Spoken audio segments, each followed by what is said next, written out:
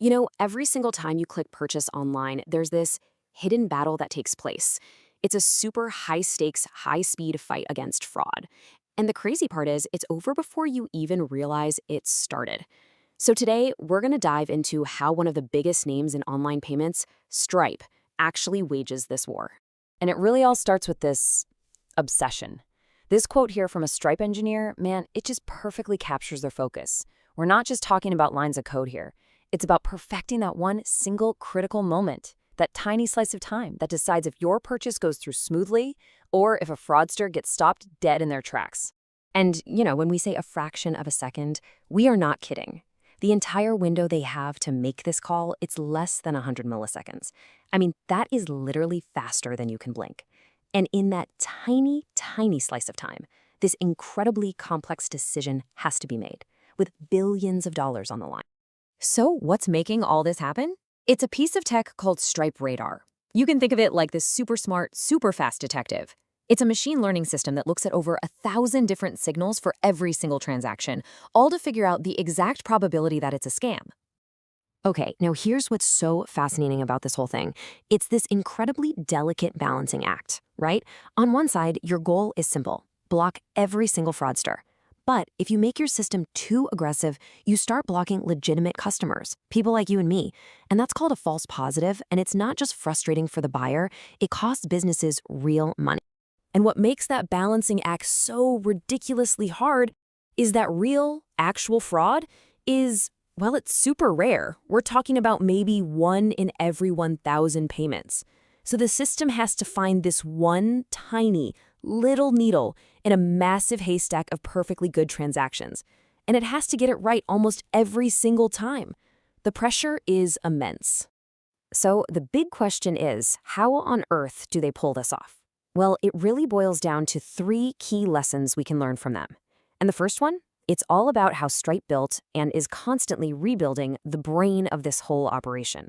Because this is definitely not a set it and forget it kind of deal. You can see right here their journey has just been one of constant evolution. They started out with simpler models, the basics. Then they moved to a more complex, wide and deep model that kind of combined 2 different approaches. But they didn't stop there. Most recently, they leveled up again to a pure deep neural network. And that's basically a type of AI modeled after our own brains. And it is the absolute cutting edge of this technology. So why did this change matter so much? Well, the crucial thing to understand is that the new model wasn't just a little more accurate. Get this, it was a whopping 85% faster to train. That completely changed the game for their engineers. Instead of waiting overnight for one experiment to run, they could suddenly run multiple experiments in a single day. It was a massive, massive leap in how fast they could innovate. But, a powerful model, it's like a high-performance engine. No matter how advanced it is, it's totally useless without the right fuel. It needs to be fed. And that brings us right to our second big lesson, the relentless hunt for the data, for the signals that actually point to fraud. And this process, it's really part data science and part old-school detective work.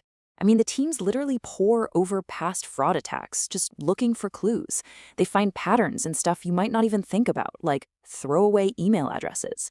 They use the massive scale of the Stripe network to spot weird correlations. And yeah, you heard that right. They even do research on the dark web to see what fraudsters are cooking up next. And all that detective work, it pays off, big time. With their new system, Stripe found that just feeding the model more data had this huge impact on how well it worked. Bumping up the data by 10 times gave them a significant improvement. And now they're looking at a 100-fold version. It really is that simple. The more the model sees, the smarter it gets. All right, this brings us to our final and I'd argue most crucial lesson. This is the one that really matters for the actual user experience.